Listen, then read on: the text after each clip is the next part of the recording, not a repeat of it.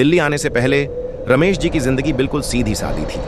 Waste Bengal के एक छोटे से शहर में रेलवे विभाग में क्लर्क की नौकरी, सुबह समय पर दफ्तर, शाम को बाजार से सब्जी और रात को रेडियो की धीमी आवाज के साथ नींद। सब कुछ शांत, सब कुछ सामान्य।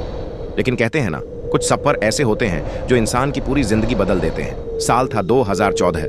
रमेश जी का ट्रांसफर दिल्ली के एक बड़े रेलवे ऑफिस में हो गया। परिवार गांव में ही था तो उन्होंने सोचा कुछ महीनों अकेले ही रह लूंगा।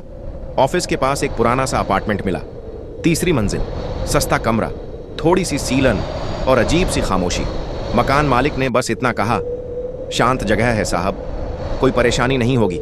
पहली रात सब कुछ ठीक रहा, लेकिन दूसरी रात घड़ी में ठीक 12:15 हुए थे। अचानक छप छप छप, जैसे कोई नंगे पांव कमरे के बाहर चल रहा हो। रमेश जी की नींद टूट गई, दिल जोर जोर से धड़कने लगा। धीरे से उठे, दरवाजा खोला और बाहर सिर्फ सन्नाटा। तीसरी रात कमरे की अलमारी अपने आप चरर चरर की आवाज करने लगी।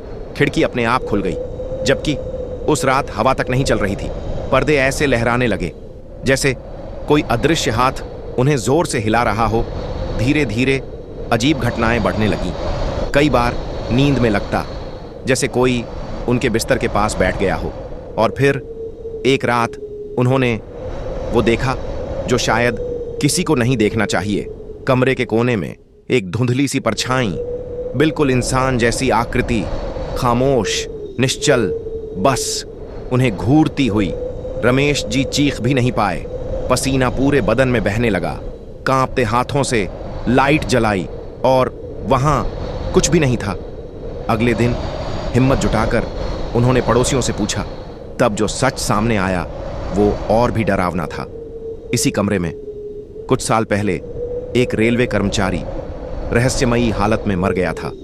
उसके बाद जो भी वहां रहने आया कुछ ही दिनों में कमरा छोड़कर भाग गया।